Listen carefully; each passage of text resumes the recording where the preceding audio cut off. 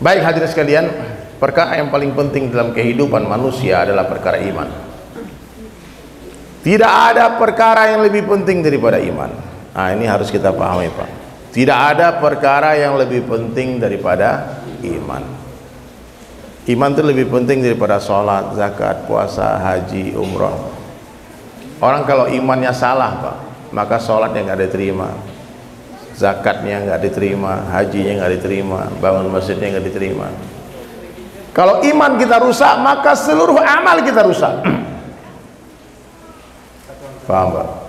Kalau iman kita rusak, maka seluruh amal kita rusak. Makanya di awal-awal dakwahnya Rasulullah SAW di Makkah, Nabi tak bicara hukum hakam. Nabi tak suruh sahabat sholat, zakat, puasa, haji, umrah. Apa yang Nabi lakukan di Makkah? Mendatangi manusia dari rumah ke rumah, dari pintu ke pintu. Nabi mengatakan satu kalimat yang sangat sederhana terdengar, la ilaha illallah. Tapi kalau kita pahami kalimat ini hadirin mulia, kata Allah kepada Nabi Musa alaihissalam, seandainya kalimat ini diletakkan di sebelah timbangan, lalu 7 lapis langit dan bumi di sebelah timbangan lainnya, maka kalimat la ilaha illallah lebih berat daripada 7 lapis langit dan bumi. Ini jangan diremehkan kalimat ini, Pak. Kita tidak pernah faham bagaimana hebat dahsyatnya kalimat ini. Sekiranya tidak ada lagi orang yang di dunia mengucapkan kalimat ini, Allah hancurkan dunia ini, Allah hancurkan matahari. Hari ini kita ucapkan la ilaha illallah, tapi kita tak yakin. Kalimat itu hanya ada di lisan saja, tidak masuk ke dalam hati. Dan untuk memasukkan kalimat ini ke dalam hati perlu mujahadah, perlu pengorbanan. Sahabat-sahabat mengorbankan segala-galanya, air matanya, keringatnya, darahnya, nyawanya, untuk memasukkan kalimat ini ke dalam hati. Ya, Pak. Hari ini banyak orang mengucapkan la ilaha illallah, dia ucapkan tapi tak paham maknanya. Maksudnya apa? Dia mengatakan la ilaha illallah tapi masih meminta kepada makhluk. Dia mengatakan la ilaha illallah masih berharap kepada makhluk. Dia katakan la ilaha illallah tapi masih takut kepada makhluk. Satu dunia umat Islam hari ini hadir mulia diterbiah sama Allah. Allah ingin memperlihatkan kepada kita bagaimana keadaan iman kita. Didatangkanlah satu makhluk yang tak nampak. Tak nampak, perlu mikroskop melihatnya. Entah apa namanya itu. Satu dunia ketakutan. Makkah, Madinah yang Nabi janjikan tak akan dimasuki Dajjal, Dajjal akan masuk di 2 kota itu pun terpengaruh. Ketakutan orang kota-kota di 2 kota itu, yang mana Nabi katakan di Madinah, debunya Madinah itu obat. Tak mungkin Dajjal masuk ke sana, apalagi cuma wabah. Jadi, Pak, sampai 2 tahun nih orang Indonesia nggak boleh berangkat haji, Pak. Mestinya agama yang mengatur dunia, bukan dunia yang mengatur agama. Benar. Hari ini karena iman kita lemah, kita diatur orang kafir, Pak. La ilaha illallah. Dia menyalahkan orang gampang, Pak, tapi menyalahkan diri kita ini yang berat. Jadi kenapa? Ini karena lemahnya iman. Karena lemahnya iman.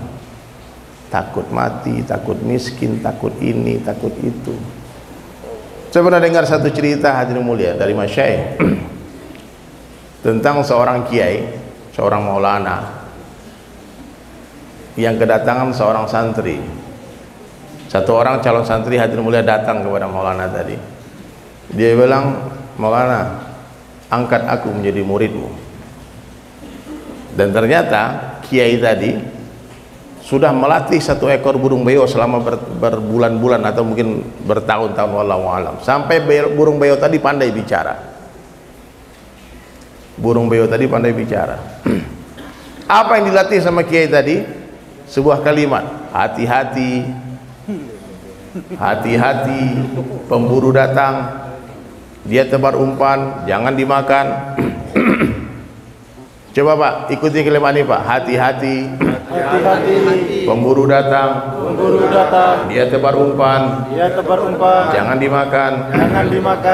Setiap hari dilatih sampai burung beo tadi setiap hari berkicaunya begitu, hati-hati, Pemburu datang, dia tebar umpan, jangan dimakan. Fasih.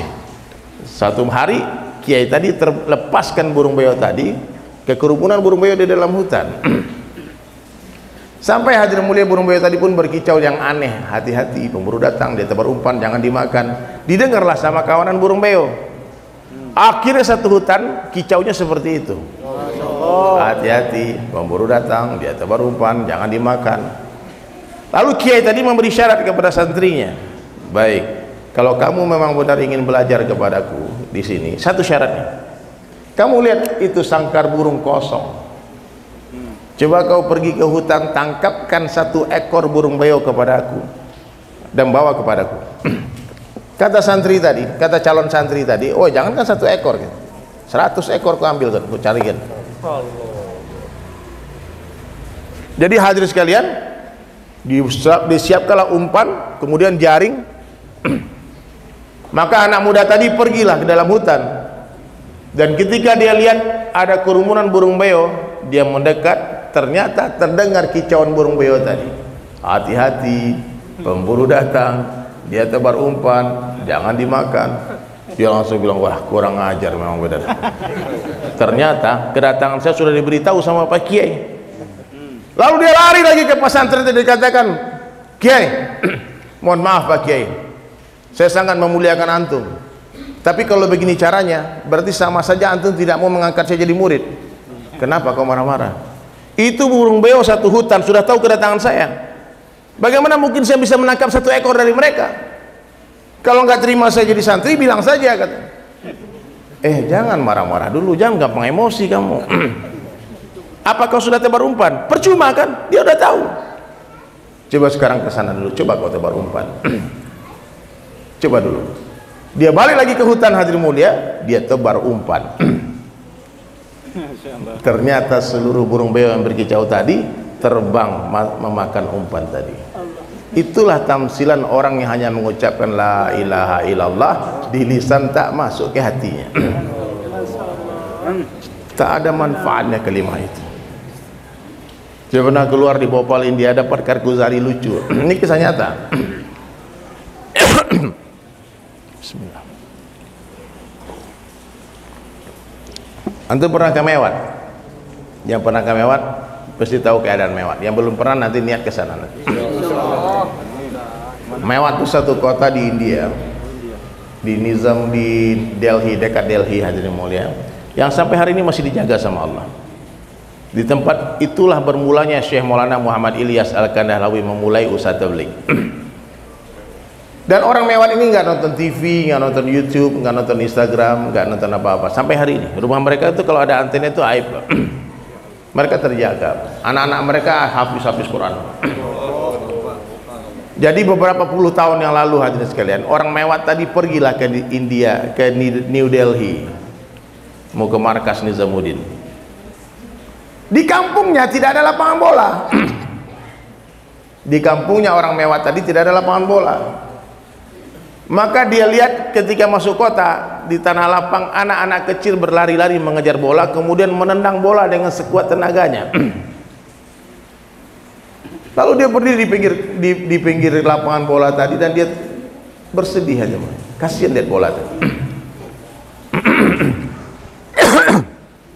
Jadi orang Mewat tadi hadirin mulia melihat bola tadi, dia berpikir, apa kira-kira kesalahan bola ini? Kok semua orang tendang dia?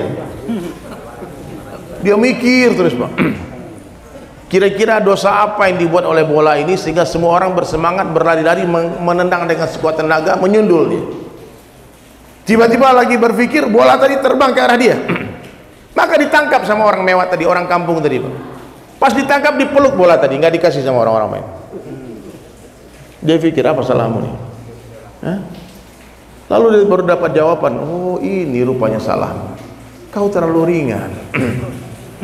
Coba beratmu 100 kilo saja atau 30 kilo, tidak ada orang berani tendang kamu.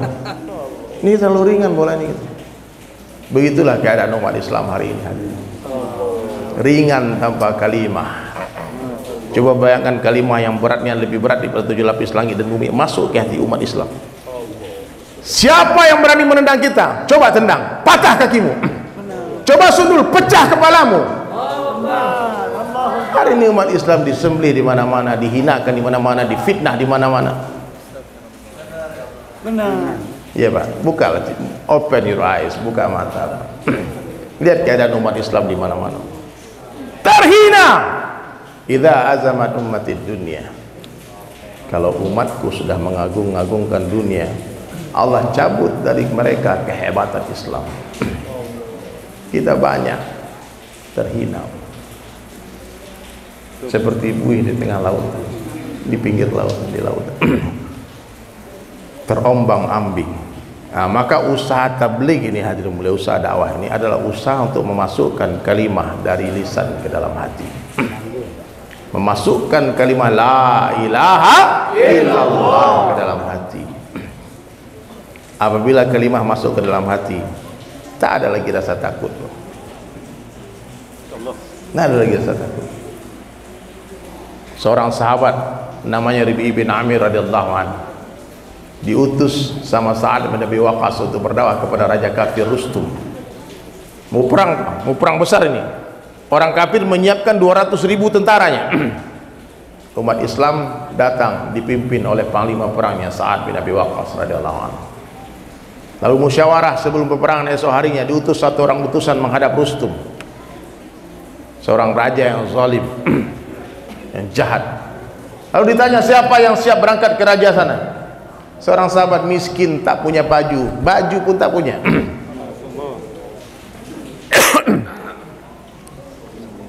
Bismillah. Tadi panas banget. Kau udah bisa diminum ya? Bismillah. Ya, mantap kali jahenya orang sini ya. Dia berdiri, hadirin mulia. Saya siap ambil Gaza. Ini kem orang kafir di sana. Maka Rabi' bin Amir radhiyallahu anhu, hadirin mulia, berjalan mengambil keledainya yang kurus. Dia punya tombak sudah karatan, tak pakai baju. Dan sudah disampaikan kabar akan datang utusan umat Islam untuk bermusyawarah dengan Rustum. Di jalan ketemu dengan satu orang sahabat, ditanya, "Hei, mau kemana?" Dia bilang, "Khusus dulu, mau pergi dakwah dulu sama Rustum." Kenapa kau tak punya baju, tak pakai baju? Bayangkan, menghadap raja tak pakai baju. Dia katakan, "Aku tak punya pakaian." Lalu sahabat yang bertanya tadi, dia baru saja membeli kain, hadirin mulia, ataupun kulit untuk jadi pelana kudanya. Dia katakan, "Kau pakai ini." Maka Rabi' bin Amir mengambil satu lembar kain tadi dan melubangi tengah-tengahnya dan dimasukkan ke kepalanya dan diikat dengan tali, dan dia sujud syukur berdoa kepada Allah, "Ya Allah, maha suci Engkau yang telah memberi aku pakaian tanpa bersusah payah." Sahabat nggak punya baju Pak, tapi utusan raja, utusan panglima perang. Lalu dia sampai di tempat campnya orang kafir, hadirin sekalian. 100.000 tentara sebelah kiri, 100.000 tentara sebelah kanan. Coba kalau antum Pak, saya gitu. Dia berjalan sendirian tanpa sedikit pun rasa takut mati.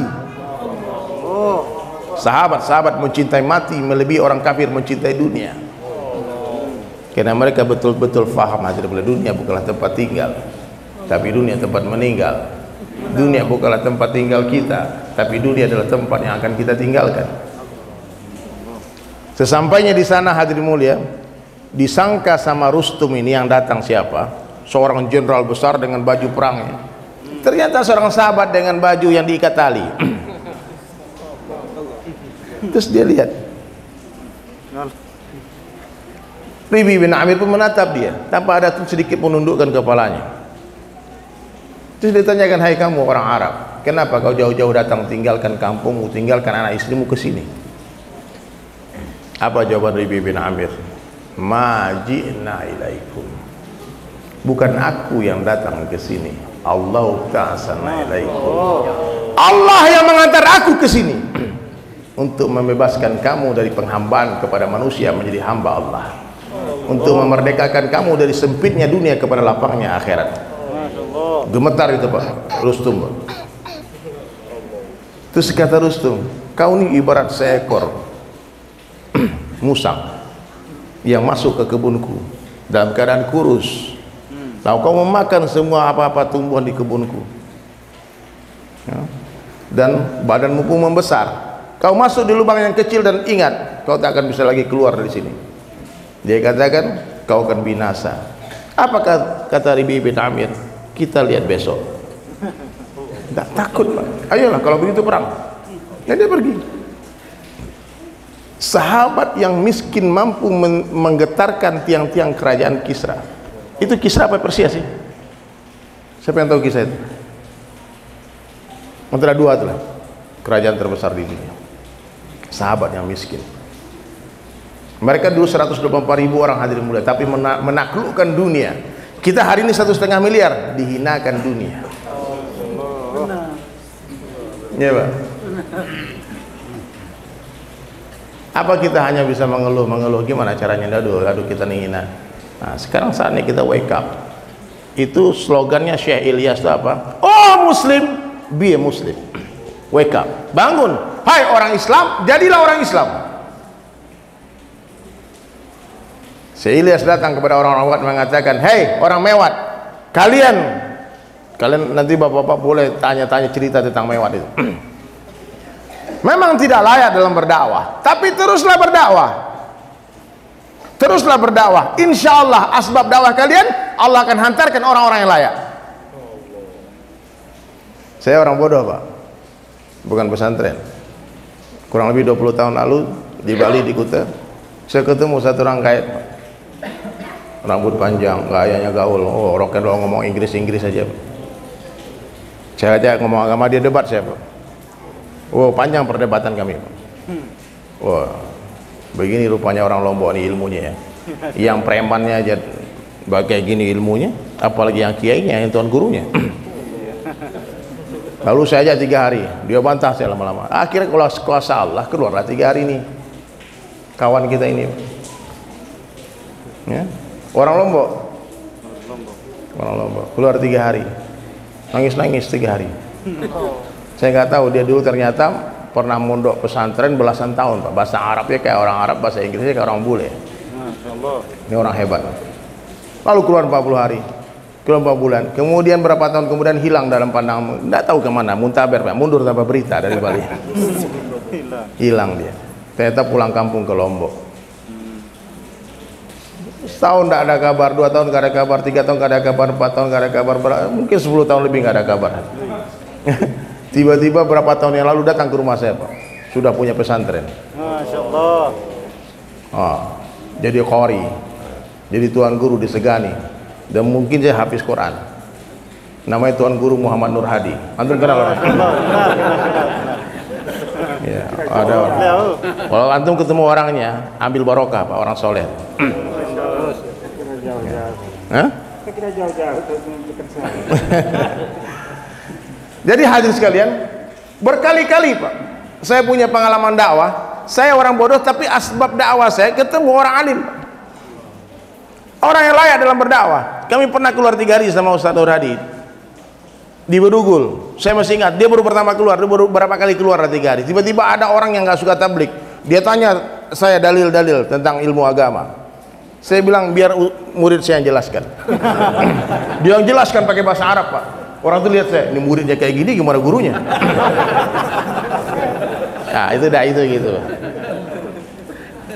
Allahu Akbar. Saya pernah ketemu orang, hadirin sekalian, ajib. Ketemu orang di Masjid Jami' Kebon Jeruk, markas. Dia peluk saya nangis-nangis. Siapalah orang ini? Saya lupa. Dia bilang, Bang Dery pernah 2005 datang ke Sulawesi kan? Iya, Khurus. Saya waktu itu ketemu 2009. 4 tahun setelah itu. Kenapa? Ingat nggak anak-anak pangnya dulu di pinggir jalan? Iya. Terus Bang Dery datangi. Betul, saya ingat. Yang gitar-gitaran. Saya datangi, Pak. Terus anak pang tadi kan nggak kenal saya siapa, Pak. Saya kan gitaris band metal, bukan pang, Pak. Lebih ngeri lagi dari pang, Pak. Terus saya datangi sama mereka, saya tanya, pinjam gitarmu. Lagu dulu Bang Haji, lagu, dipikir saya dangdut, Pak. Haji Roma. Terus saya bilang, kamu mau dengar lagu apa? Dan dia sebutkan nama-nama band luar negeri semuanya, dan semua saya nyanyikan semua. Akhirnya semua anak pang ikut ke masjid, Pak. Bukan sholat, mau belajar gitar. Dia bilang, Ustaz ajarkan kuncinya Ustaz. Akhirnya saya ajarkan dia gitar. Kita sholat, dia duduk di belakang masjid, belakangnya pantai. Lalu 3 hari kami di masjid itu, kemudian saya pergi pindah dari masjid itu. Saya nggak tahu ternyata anak pang tadi keluar 3 hari, Pak. Kemudian keluar 3 hari, lanjut 40 hari, lanjut 4 bulan, kemudian mondok di Temboro. Masya Allah, Temboro itu tempat berkumpulnya wali-wali Allah, Pak. Harus antum muliakan Temboro ya. Ribuan hafiz Quran keluar dari sana. Kemudian mondok di Temboro, 3 tahun kemudian hadirin sekalian, hafiz 30 juz. Masya Allah. Tato full di badannya, tapi hafal 30 juz. Takbir. Nah, ini baru 2 Kargosari, Pak. Ada ribuan lagi Kargosari. Ini kalau kisah-kisah hijrahnya Ahbab ini, Pak, dibukukan, Pak. Setebal itu bukunya, Pak. Sampai keloteng itu bukunya. Benar, Pak. Saya nggak tahu kisah antum semua punya. Dan kita semua sedang melukis sejarah kita masing-masing. Kita sedang berjalan di dalam kisah. Mohon maaf, orang yang tidak berdakwah, dia tidak punya cerita indah nanti di akhirat. Kalaupun orang yang tidak berdakwah masuk surga nanti, Pak. Mohon maaf, nanti pemandangan surganya gitu-gitu aja. Bidadari nanya nih, Bang, nanti dulu di dunia ngapain, Bang? Woi, abang nih orang soleh deh. Oh ya, pantas abang masuk surga ya. Iya.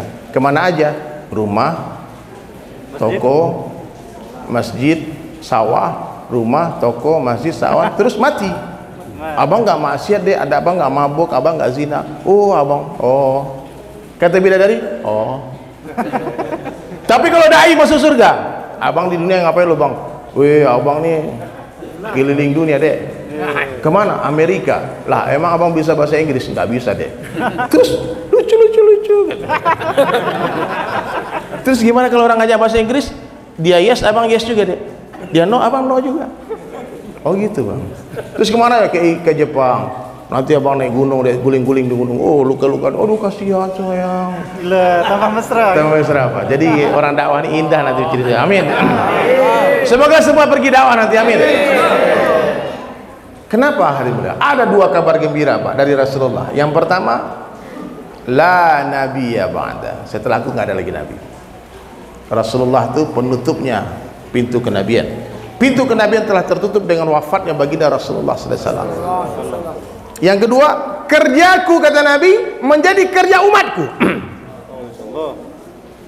Siapapun dia, kalau dia mengaku umat Rasulullah, laki-laki dan wanita, dia wajib berdakwah. Dia harus berdakwah. Saya mohon maaf, Pak, saya nggak punya ketemu dai, Pak. Meskipun kadang-kadang sudah tampilannya dai, tapi dia nggak punya pikir dakwah. Dia pikirnya anak ini bininya makan apa, ini makan apa. Pikirnya seperti tukang sayur, Pak. Mohon maaf. Dai itu pikir umat, Pak. Seperti para masyayikh, mereka nggak memikirkan makanan, tapi hari dibagi orang makan. Ribu-ribu orang dikasih makan, tak pernah memikirkan makanan. Para masyayikh nggak pernah pikir uang, tapi setiap ketemu orang bagi orang duit, bagi duit. Yang mereka pikirkan bagaimana seluruh umat selamat dari azab Allah, masuk ke dalam surga. Itu pikir mereka. Hari-hari mereka menangis saja. Berkeringat di siang hari, menangis di malam hari. Itu kerja dai. Rasulullah SAW 2 kerjanya. Siang hari memuji-muji Allah di hadapan manusia, malam hari memuji-muji manusia di hadapan Allah. Siang hari berkeringat untuk dakwah, dan malam hari menangis untuk memohon hidayah. Hanya orang yang berkeringat di siang hari untuk berdakwah yang bisa menangis di malam hari memohon hidayah. Kenapa antum nggak bisa menangis malam, Pak? Karena nggak dakwah. Ya main-main, Pak. Pikir dai itu begitu, Pak. Dai itu kalau naik motor, Pak, dia lihat merek motornya. Oh Honda nih, di Jepang nih, ya Allah, beri hidayah orang Jepang, ya Allah. Mohon maaf, Pak, pernah nggak antum berpuluh-puluh tahun naik motor mendoakan orang Jepang dapat hidayah? Nggak pernah. Ketika dia naik motor, ya mau di Jepang, ya Allah, hantar aku ke Jepang, ya Allah. Dilihat lampu, ya Allah, orang bikin lampu ini beri hidayahmu, ya Allah. Dia makan di restoran, ya Allah, tukang masaknya beri hidayah, ya Allah. Petani yang masak nasi ini beri hidayahmu, ya Allah. Dia sujud di karpet, ya Allah, yang bikin karpet ini beri hidayahmu, ya Allah. Dilihat lampu listrik, ya Allah, yang kerja di PLN beri hidayahmu, ya Allah. Yang bikin kabel beri hidayahmu, ya Allah. Hari-hari memikirkan ummati. Inilah Rasulullah. Fikir ini yang hilang hari-hari mulia. Fikir ini nggak main-main, Pak. Fikir ini ngeri, Pak. Besi difikirkan, yang tadinya berat tenggelam, Pak, terbang, Pak. Besi terbang jadi Apollo, Pak, sampai ke bulan. Ketika manusia sampai ke bulan, ribuan orang sujud syukur. Ya Allah, ya Allah. Apa itu hadirin mulia? Manusia makhluk, bulan makhluk, bumi makhluk, bulan makhluk. Makhluk sampai kepada makhluk itu biasa. Yang luar biasa itu makhluk sampai kepada yang menciptakan bulan. Itulah pikirnya Rasulullah, itulah pikirnya Nabi, seluruh Nabi. Bayangkan kalau pikir itu ada di pikir kita, Pak. Dakwah adalah kendaraan Nabi-Nabi menuju Allah. Siapa saja yang ambil dakwah, Allah muliakan dia. Siapa saja yang buat dakwah, Allah pasti muliakan dia. Apabila presiden buat dakwah, Allah akan muliakan presiden. Apabila gubernur buat dakwah, Allah muliakan gubernur. Wali kota, bupati buat dakwah, Allah muliakan mereka. Tapi apabila dai tinggalkan dakwah untuk jadi presiden, Allah pasti hinakan dia. Artis buat dakwah itu luar biasa, Pak. Tapi dai jadi artis tinggalkan dakwah, terhina. Seperti saya nih, terhina, nggak keluar 4 bulan lagi. Saya ini hina, Pak. Saya malu lihat antum-antum deh, malu, Pak. Saya kalau ke markas, Pak, nggak berani duduk di markas depan. Demi Allah saya nggak berani. Malu, nggak korban. Yang duduk di sana orang-orang korban. Nah, saya bilang sama MUI, yang kalau orang undang orang fikir, saya ini wakil jamaah tablik, Pak, suruh jamaah tablik, orang fikir yang di luar tablik ya. Saya bilang nama saya tak ada di Kebun Jeruk karena saya tak korban. Saya sering menangis melihat orang jalan kaki, Pak. Ya Allah, alangkah mulianya. Saya sering menangis terseduh-seduh begitu melihat orang keluar 4 bulan negeri jauh, Pak. Ya Allah, pilih aku, ya Allah, pilih aku. Ngapain nih nyanyi-nyanyi? Ngapain nih acara-acara TV ini fitnah aja. Dulu saya 4 bulan tiap tahun, Pak. Berarti saya ini terhina hari ini, Pak. Dulu, Pak, kalau saya ke Bujuro duduk, Pak, ditunjuk bayar markas, Pak. Sekarang ngasih muzakarah aja nggak boleh, Pak. Maka ini nggak ada urusan dengan tabliknya. Jangan saya datang ini nggak ada urusan dengan markas ini mulia. Nggak boleh ada TV radio, itu nggak boleh. Masya marah betul tuh kalau ada foto-foto. Tapi kan urusan di SAS ini ngopi, Pak, ya. Mudah-mudahan ada pahalanya, mudah-mudahan. Jadi jangan dipikir nih orang nih dari Sulaiman datang ke sini bikin rusak dakwah aja. Jangan, Pak. Ini nggak ada urusan dengan tablik. Tablik itu nggak boleh, Pak. Antum keluar 3 hari nggak boleh foto-foto, Pak. Nggak boleh upload Facebook, Instagram. Nggak boleh merusak. Itu Maulana satu jangan di-upload foto di Instagram, Pak. Beliau nggak ridho, Pak. Nggak ridho beliau. Saya nggak ridho dengan orang yang mengupload foto-foto saya, video saya di sosial media. Bayangkan tuh, Pak. Mereka nggak mau. Dari Sulaiman, mudah-mudahan Allah terima saya, amin. Mudah-mudahan Allah ampunkan dosa-dosa saya, amin. Dan mudah-mudahan satu hari lagi nanti saya bisa lagi 4 bulan tertib seperti dulu, amin. Bisa lagi jalan kaki, bisa lagi keluar negeri jauh datang. Nah, jadi hadirin, debunya amalan istimayat tidak akan mampu menandingi, dia tanding oleh segunung amalan infirodi. Saya sekarang infirodi, Pak. Saya nggak datang bukan dengan musyawarah markas. Saya datang dengan keluarga saya. Saya kalau bukan tuan guru saya Nur Hadi yang mengundang, saya nggak datang, Pak. Beliau datang lagi sini. Saya bilang saya lagi ngajak orang bule masuk Islam nih. Ada 2 orang bule kemarin kita Islamkan di Islamic Center. Jangan lihat di YouTube. Paham ya? Ini saya berlepas diri dari kerja tablik, Pak. Kerja tablik ini tinggi.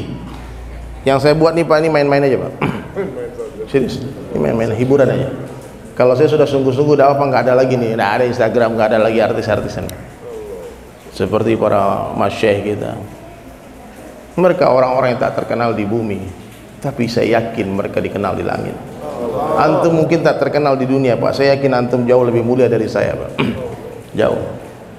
Maka nggak usah antum iri melihat orang terkenal, Pak. Saya justru iri melihat orang-orang yang korban, aktif, makomi hidupkan sempurna, musyawarah halakah datang, musyawarah markas datang, kini Kebun Jeruk datang, kini Zambulin datang. Saya kalau perlu pun saya bikinkan kalian sendal dari kulit-kulit saya, betul. Dan saya punya upline saya di Bali itu, Pak, orang-orang hebat, Pak. Saya tuh diajak, saya ke tahun 2000-an mulai keluar.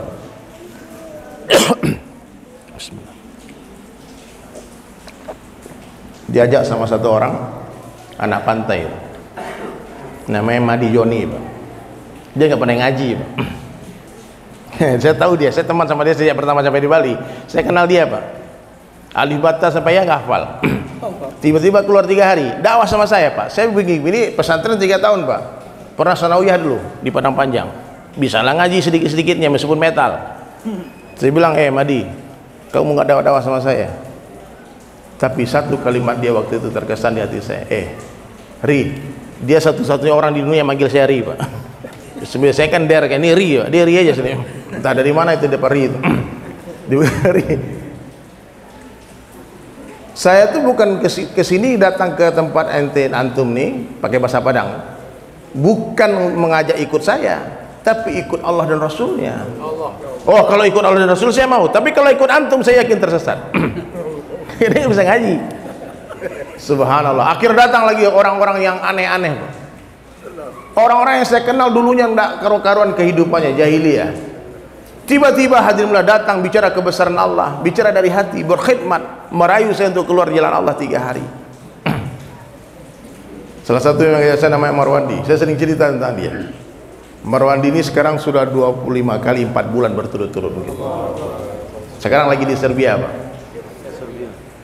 Amir Bali, Jumindar Bali. Nggak punya Facebook, nggak punya Instagram, nggak punya rekening bank. Telepon nggak ada, WhatsApp cuma telepon 200.000 lama aja. Tapi keliling dunia, Islamkan ratusan orang di Afrika. Allahu Akbar. Itulah orang-orang sesungguhnya, Pak. yang pantas antum tiru. Kalau dari Sulaiman hanya ikon-ikon dakwah aja, Pak. Betul, Pak. Saya hanya mengajak orang-orang di luar masjid masuk ke dalam masjid. Ikut tablik, tapi ikut tertib, kamu jangan ikut saya. Ini biar don't try this at home. Ini adegan-adegan berbahaya, Pak. Masuk ke diskotik, masuk ke kafe, antum jangan ikut, Pak. Saya masuk ke sana, Pak. Saya disiapkan kursi khusus kalau masuk ke Hard Rock, kemana, Pak? Disiapkan kursi. Karena orang tahu, Pak, background saya dulu, masa lalu saya. Dan tidak semua orang bisa datang ke sana. Paham, Pak, ya? Tidak semua orang bisa datang ke sana. Jadi hadirin sekalian dirahmati Allah Ta'ala, inilah kerjanya Rasulullah SAW. Dakwah adalah pekerjaan yang paling bergengsi dalam pandangan Allah. Bapak-bapak semua bersyukur di kampung ini ada orang dakwah tabligh, Pak. Dan semua harus keluar. Bapak yang nggak bisa keluar nggak apa-apa, nggak salah, Pak. Bapak nggak keluar nggak apa-apa. Yang penting bantu orang keluar dengan doa. Bantu keluarga yang mereka tinggalkan. Menurut saya, Pak, kerja ini susah, Pak. Nggak semua orang bisa buat. Maka saya nggak ngajak semua orang untuk ikut tabligh, Pak. Ada orang yang masih sibuk dunia, kamu jangan keluar dulu. Jangan. Nggak semua orang bisa keluar. Meskipun 3 hari, Pak, sepagi sepetang orang yang keluar di jalan Allah itu lebih baik pada dunia beserta isinya. Coba, Pak, semua nih bapak-bapak yang mungkin ada yang bertanya-tanya tentang tabligh, kenapa mereka keluar-keluar, Pak? Apa untungnya, apa fadilahnya orang dakwah khuruj, tinggalkan anak, tinggalkan istri, tinggalkan pekerjaan, tinggalkan dunianya, untuk apa? Sahabat itu meninggalkan Rasulullah, Pak. Dia tinggalkan Rasulullah, mereka menangis-nangis pergi meninggalkan Makkah, bukan karena berpisah dengan istrinya, tapi harus berpisah dengan Rasulullah. Itu Muaz bin Jabal itu, Pak, pergi ke Yaman, itu naik onta, Pak, menghadap ke belakang, dia dada-dada ke Nabi sambil menangis. Nabi pun menangis, dan dia terus begitu sampai tak nampak lagi Nabi dalam pandangan matanya. Kata Nabi, pergilah ke sana wahai Muaz.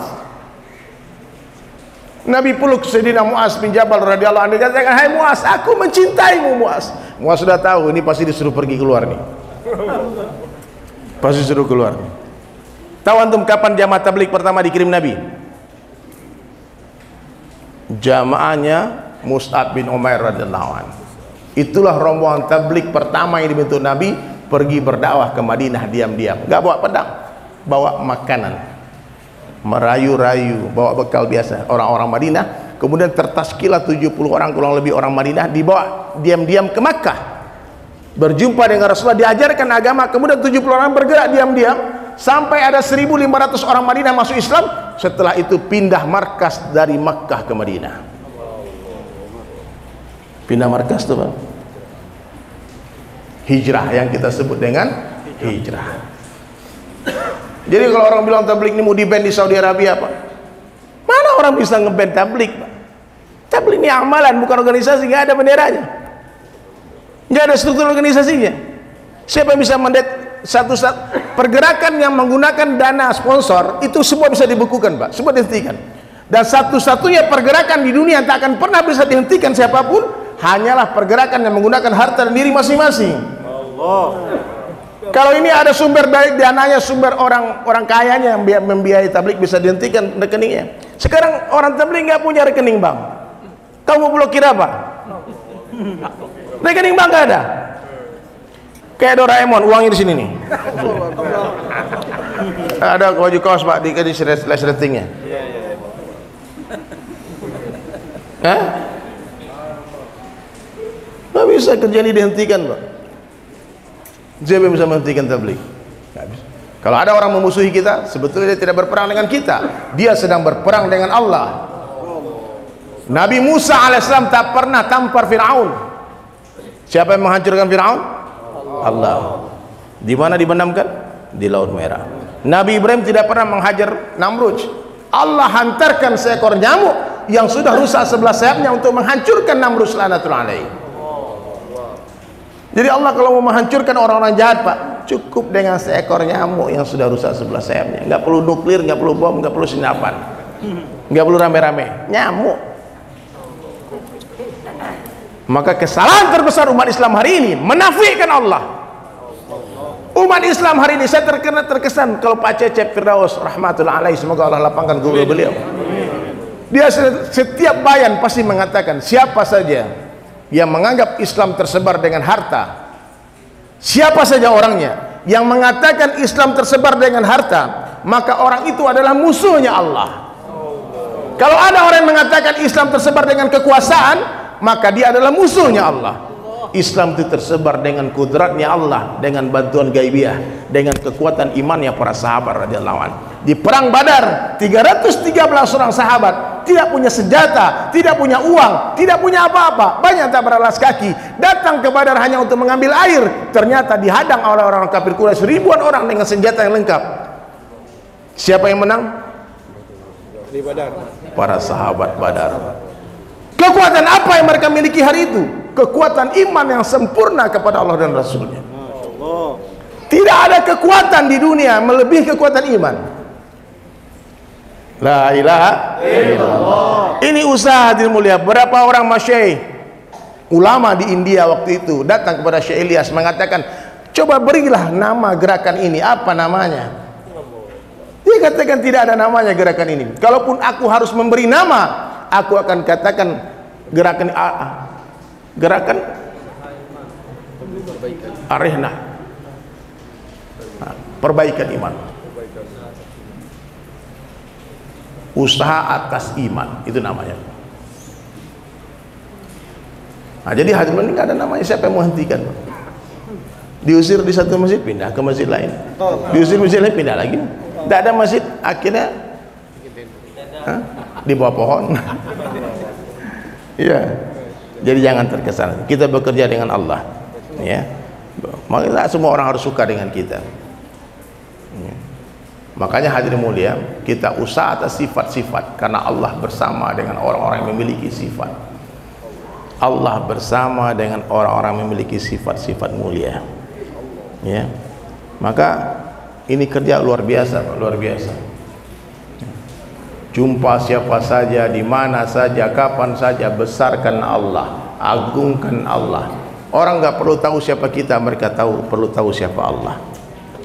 Sekarang kita baik semua, insya Allah ya. Insya Allah. Nah, maka kita harus keluar. Dakwah Nabi dua tempat saja. Yang pertama di kampung sendiri, yang kedua keluar kampung.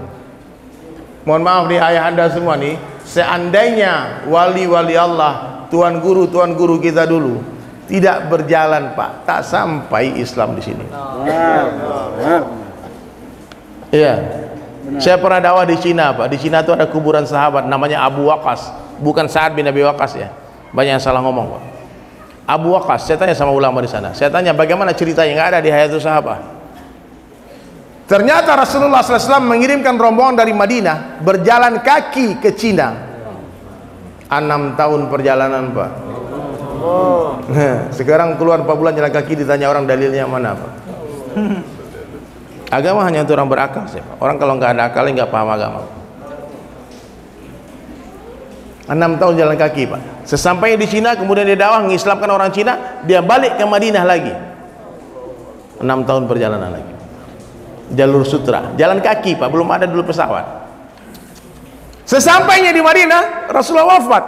Abu Waqqas tadi merasa dia belum dibayar wafsi oleh Nabi, Dia balik lagi ke Cina. Berarti dia berjalan kaki seumur hidupnya 18 tahun. Iya. Ini 4 bulan jalan kaki udah kayak wali rasanya.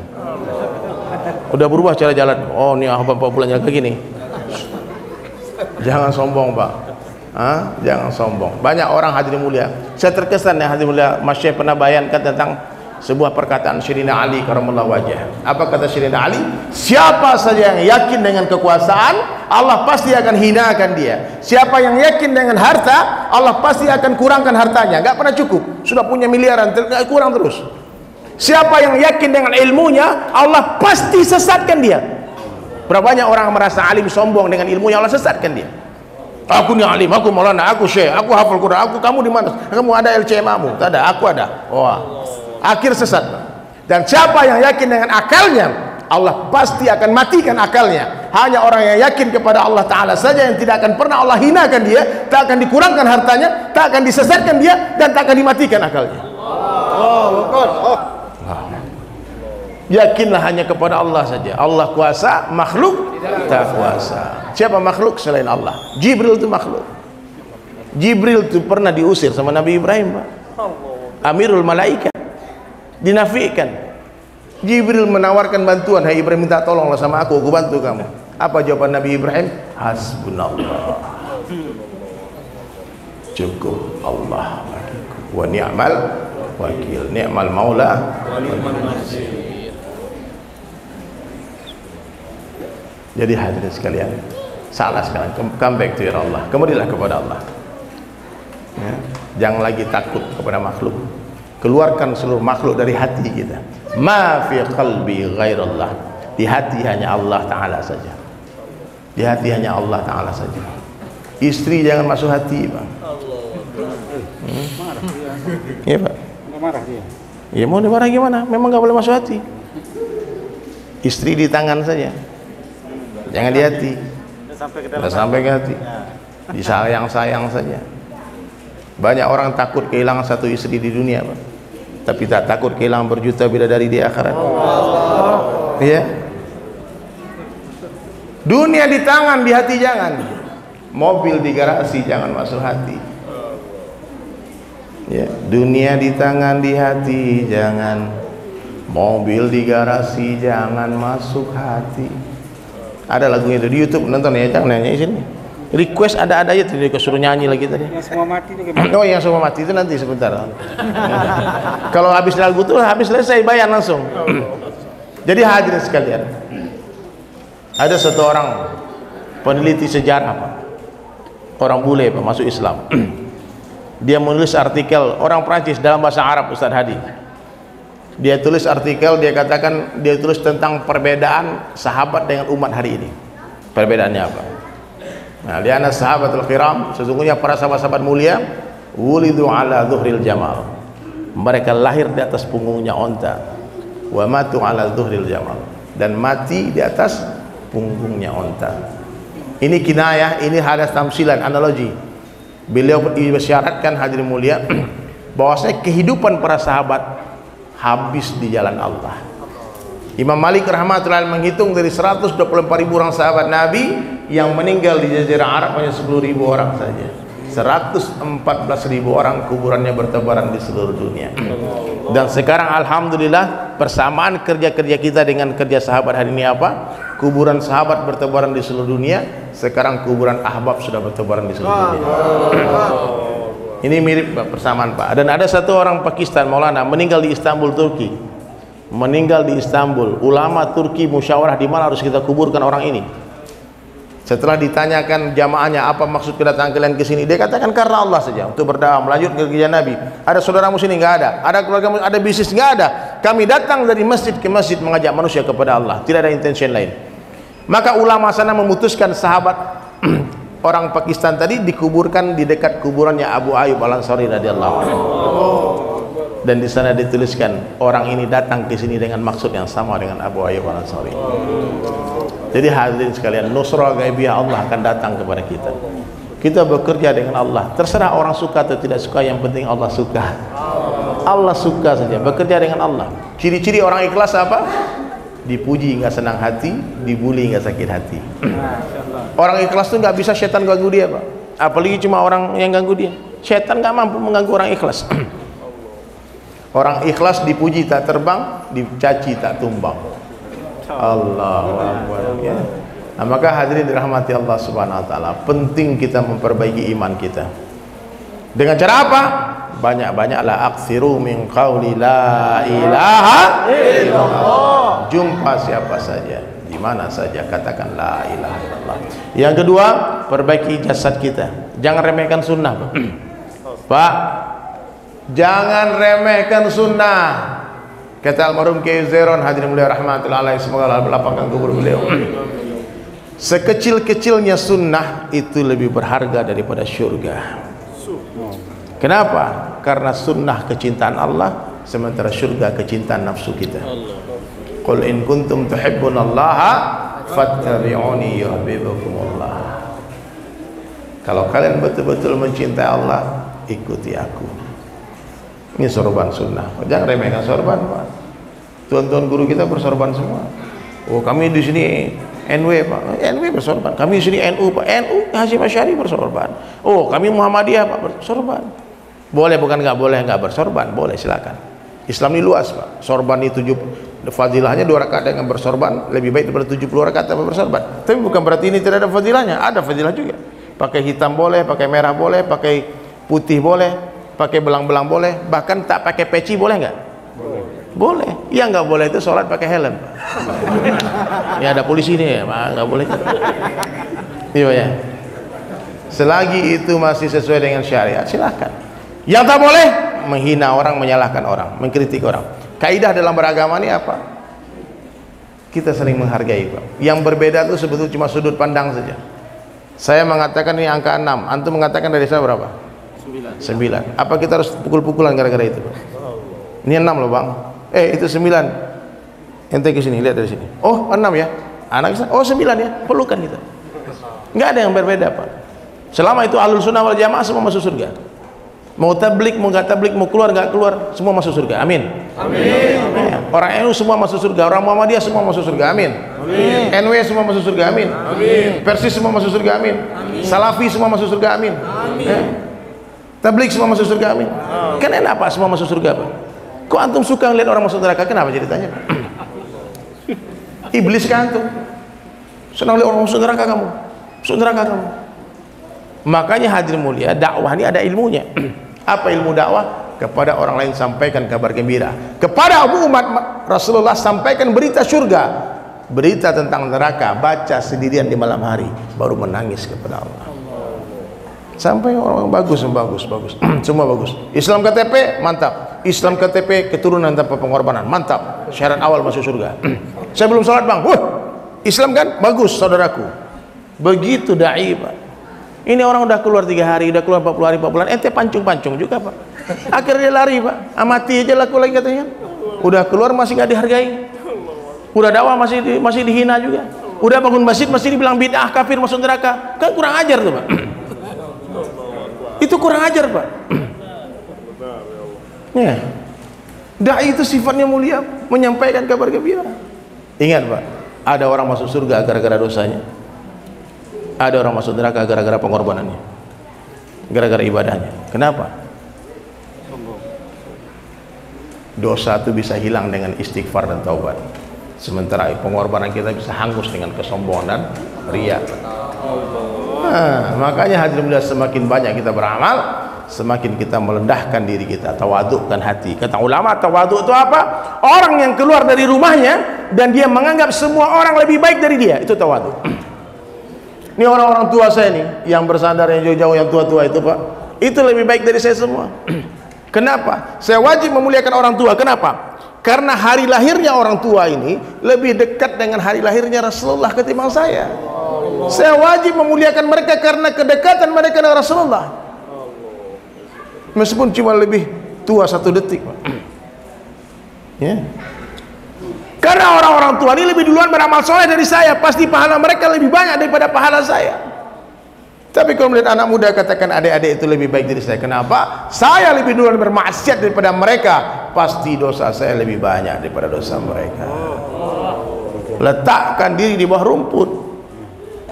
Katakan setiap hari, sebaik-baik saya lebih baik orang lain, seburuk-buruk orang lain lebih buruk saya. Coba Pak, diulangi Pak. Sebaik-baik saya lebih baik orang lain, seburuk-buruk orang lain lebih buruk saya. Sekurus-kurusnya ikan pasti ada dagingnya, segemuk-gemuknya ikan pasti ada tulangnya. Sebaik-baiknya orang pasti ada aibnya Pak. Senakal-nakal orang pasti punya kebaikan. Lihat kebaikan, apa susahnya? Orang yang suka melihat kebaikan orang lain, tanpa sadar Allah pindahkan kebaikan orang kepada dia. Tapi orang yang suka melihat keburukan orang lain, tanpa sadar Allah pindahkan keburukan orang kepada dia. Allah beri kita dua mata. Satu mata selalu melihat kebaikan orang lain, satu mata melihat keburukan diri sendiri. Kalau tak nampak kebaikan, cari Pak, cari. Seperti Nabi Isa mencari kebaikan di seekor anjing, bangkai anjing yang sudah ada belatungnya. Dia lihat-lihat, ternyata gigi anjing putih. Dia katakan, Masya Allah, lihat, coba kamu lihat sini, gigi anjing ini putih sekali. Begitu Pak. Insya Allah Pak ya. Orang baik suka melihat kebaikan, suka mendengar kebaikan, suka bicarakan kebaikan, suka memikirkan kebaikan, dan suka bersangka baik. Kita boleh sangka buruk kepada siapa? Kepada diri kita. Kalau kepada orang lain semua sangka baik saja. Kemarin itu banyak mabuk, itu anak itu mabuk, kan di preman kemarin tuh. Aku lihat dia judi kemarin.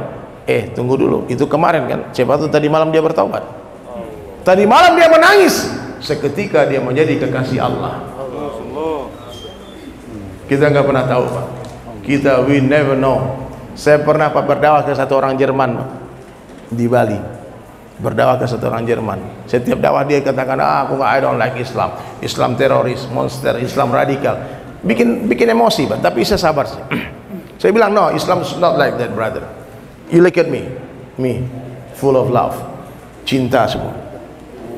Ya. Akhirnya hadirin sekalian, akhirnya apa? Di hari terakhirnya dia sakit, saya nggak tahu, saya pindah ke Jakarta. Rumah sakit telepon saya, dikatakan, Pak Ustadz dari Sulaiman, iya ini ada temannya orang Jerman, sebut-sebut nama Ustadz terus. Disuruh datang ke sini, bisa nggak? Saya bilang saya di Jakarta, bisa nggak datang ke Bali? Kebetulan saya diundang sama LP Kerobokan sama Opik Tombohati untuk konser di sana. Saya datang ke Bali, habis konser ke rumah sakit, jam 4 sore hadirin melihat, saya lihat dia kurus dengan semua selang-selang di tubuhnya dia. Kata dokter, ini prediksi kami paling lama 2 minggu lagi, nggak kuat lagi nih. Kita udah kemo dia, dia kayak nggak ada harapan lagi untuk sembuh. Subhanallah hadirin sekalian. Lalu saya katakan sama dia, hey brother, become a Muslim now. Dibilang, I scared today, everybody will die. Orang kaya mati, orang miskin mati, semua mati. You know my song? Yeah, I know your song. Now, kamu jangan berpikir, shake my hand, jabat tangan saya, you following me. Asyhadu alla ilaha illallah wa asyhadu anna Muhammad Rasulullah. Takbir. Dia masuk Islam Pak, mengalir air matanya Pak. Can you tell me you are Muslim, brother? Dia ambil bisi-bisi, dia kata, yes, I am Muslim. Okay brother, this is tasbih. Opik ngasih saya tasbih. This is for remembering Allah. You said subhanallah, subhanallah, subhanallah, la ilaha illallah, la ilaha illallah. I teach you. This is to remembering Allah. Akhirnya dia zikirkan la ilaha illallah. Saya pulang ke Nusa Dua, habis sholat isya, hadirin mulia dapat telepon di rumah sakit. Ustadz cepat ke sini, ini teman Ustadz payah. Saya datang ke rumah sakit, ternyata dia meninggal dunia dengan tasbih di tangannya. Saya tampar jenazahnya Pak. Kurang ajar. Seumur hidupnya dia kurang ajar, maksiat, mau mati masuk surga. Mau mati Pak. Iri Pak, ini apa ini? Makanya kita jangan jadi hakim di dunia ini Pak. Cukuplah aibmu, dosamu menghentikan lisanmu untuk bicarakan dosa orang lain. Ya. Banyak orang lupa hadirin mulia, membicarakan dosanya orang, dosanya lebih besar daripada dosa orang itu. Apalagi dibicarakan dosanya ulama. Daging ulama beracun Pak. Hati-hati, muliakan ulama. Insyaallah Pak ya. Muliakan